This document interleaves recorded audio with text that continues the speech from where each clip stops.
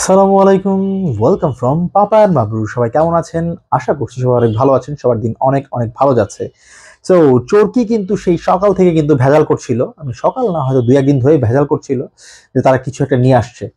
তো মোটামুটি সকালে টাচ পেয়ে গিয়েছিলাম যে প্রবাবলি নিশোর যে এক্সপেক্টেড সিনেমাটা আসার কথা, হয়তো ওই সিনেমারই কোনো একটা টিজার বা কোনো একটা অ্যানাউন্সমেন্ট কোনো কিছু একটা আসবে।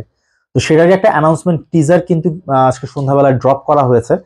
আর টিজার অ্যানাউন্সমেন্ট টিজারটা কেমন লেগেছে সেটাই বলবো। তো অ্যাকচুয়ালি নিশোর কাজের জন্য ওয়েট করছিলাম, বিকজ বাংলাদেশের সব এই মুহূর্তে সব থেকে আপনি দারুণ বা সব থেকে ক্যাচি যদি অ্যাক্টর হিসেবে কাউকে বলতে চান, সেটা আপনাকে নির্দ্বিধায় বলতে হবে ইজ নিশো। অনেকদিন একটা ব্রেকে ছিল নিশো।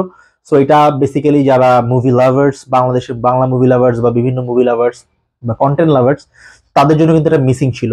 তো নিশো আসছে, কামব্যাকটা বেশ ভালো লাগছে। এখন ভিজুয়ালি যদি বলি টিজারটা আমার কেমন লেগেছে, টিজারটা আমার কাছে বেশ সাদামাটাই লেগেছে ভিজুয়ালি। বাট নিশোর প্রেজেন্স, নিশোর যে পনিটেল, যে লুক, এইটা কিন্তু বেশ অ্যাগ্রেসিভ ছিল। টিজারে নিশোকে বলতে শোনা যাচ্ছে যে আমাকে তোমরা সবাই খুঁজছিলা, এরকম বলতে শোনা যাচ্ছে। ডায়লগটা বেশ ভালোই লাগছিল। দেখা হচ্ছে দাগ দিয়া রাখো। ঈদে আসছি, তো ঈদের সিনেমাটা আসতেছে, দাগি সিনেমা। তো সিনেমাটা ডেফিনেটলি দেখবো। আর শিহাব শাহিনের কাজ ডেফিনেটলি ভালো। আমরা তার লাস্ট যে ওয়েব সিরিজগুলো দেখেছি, ওয়েব সিরিজগুলো কিন্তু বেশ ভালো ছিল, বেশ এন্টারটেইনিং ছিল, বেশ এঙ্গেজিং ছিল।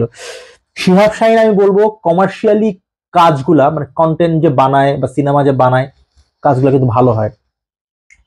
আমরা রিসেন্টলি শিহাব শাহিন যে কাজটা দেখেছিলাম, কাছের মানুষ দূরে থুইয়া, ভিজুয়ালি কিন্তু কাজটা দেখতে দারুণ লাগছিল। তো আমরাও আশা করব দাগি সিনেমাটাও বেশ ভালো হবে। এর আগে জানা গিয়েছিল দাগি সিনেমা আরফান নিশো সিরিয়াল কিলারের রোল প্লে করবে, কিন্তু এই যে অ্যানাউন্সমেন্ট টিজারটা দেখলাম, এখানে কিন্তু তেমনটা মনে হয়নি।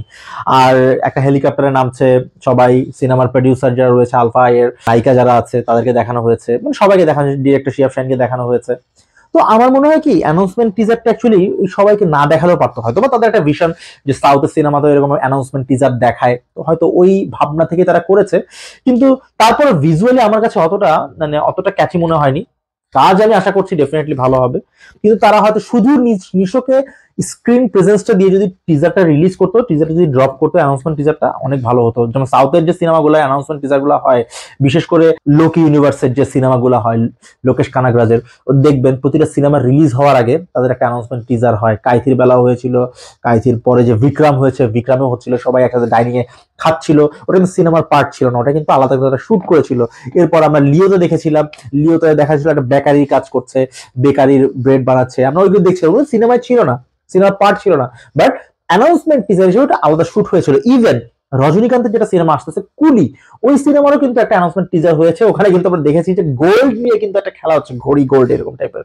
তো এগুলো কিন্তু বেশ ক্যাচি হয়, চাইলে কিন্তু এটাও কিন্তু তারা করতে পারতো। তারা কিন্তু অ্যানাউন্সমেন্ট টিজারটা কিন্তু এভাবেও রিলিজ করতে পারতো, করলে হয়তো বাসটা আরো বেশি ক্রিয়েট হতো। যাই হোক, তারপর অল দ্য বেস্ট।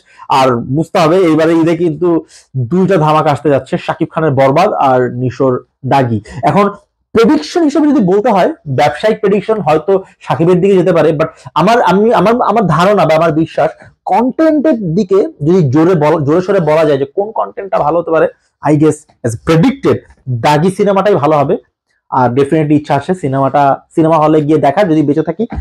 ওভারঅল সব মিলে দাগি সিনেমার যে অ্যানাউন্সমেন্ট টিজারটা রিলিজ হয়েছে, এটা নিয়ে আমার বক্তব্য। আপনার সবাই ভালো থাকবেন, সুস্থ থাকবেন, আল্লাহ হাফেজ।